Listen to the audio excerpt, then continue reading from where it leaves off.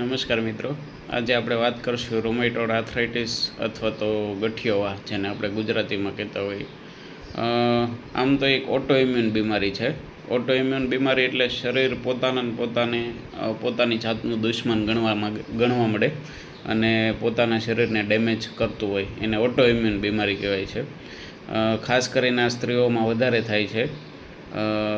એની પાછળનું કારણ આયુર્વેદની દૃષ્ટિકોણથી એક ખાસ છે કે જે આમ બને શરીરમાં, મતલબ જે કાચો ભાગ અધકચરું જે પાચન થયેલો ખોરાક હોય એ લોહીમાં પડે, એટલે આયુર્વેદની દૃષ્ટિએથી એવું છે. બાકી એલોપેથીની દૃષ્ટિએથી ઓટોઇમ્યુન બીમારી છે અને એના ડાયગ્નોસિસ માટે એને એન્ટીન્યુક્લિયર એન્ટીબોડી અને બીજા અમુક આરએ ફેક્ટરને એવા નિદાન કરવા માટેના ફેક્ટર હોય છે જેનાથી આપણે ડાયગ્નોસ કરતા હોઈએ.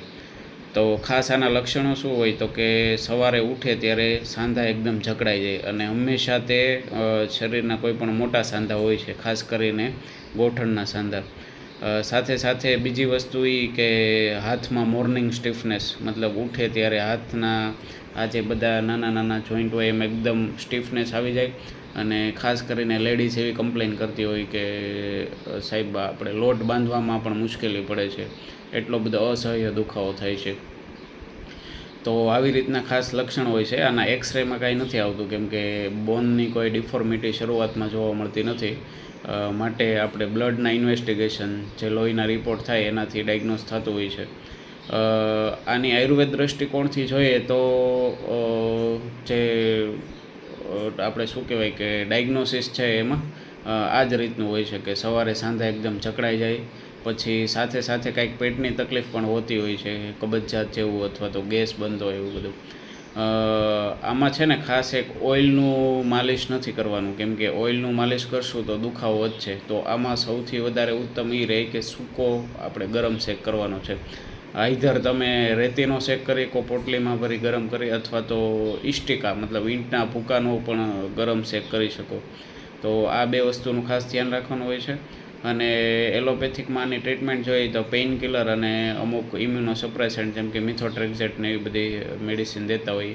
ખાસ આમાં એક DMARD, ડિસીઝ મોડિફાઈંગ એન્ટી રોમેટિક ડ્રગ જે હોય, હાઇડ્રોક્સીક્લોરોક્વિન HCQ, એ પણ આપતા હોય. પણ એ ડૉક્ટરની સલાહ લીધા પછી જ લેવી જોઈએ. હાથે કોઈ આપણે મેડિકલ ઉપરથી દવા લઈને ચાલુ ના કરવી જોઈએ. આયુર્વેદમાં આની ઘણી સારી એવી સારવાર હોય છે અને ઇઝીલી મેનેજેબલ થતું હોય. સાથે તમે આમાં એક આમ પાચન માટે, મતલબ શરીરનું વ્યવસ્થિત અન્ન પાચન થાય એના માટે સૂંઠવાળું પાણી, એટલે સૂંઠી સિદ્ધ જલ, એ પી શકીએ અને બીજો કોઈ ગરમ શેક ને એવું બધું કરી શકીએ. બાકીની સારવાર વિશેષ જાણ્યા પછી ખ્યાલ આવતો હોય કે દર્દીની તાસીર અને કેટલા ટાઈમથી છે, કોઈ દવા ચાલુ છે કે નહીં, તો એના ઉપરથી વધારે આઈડિયા આવતો હોય છે. ધન્યવાદ.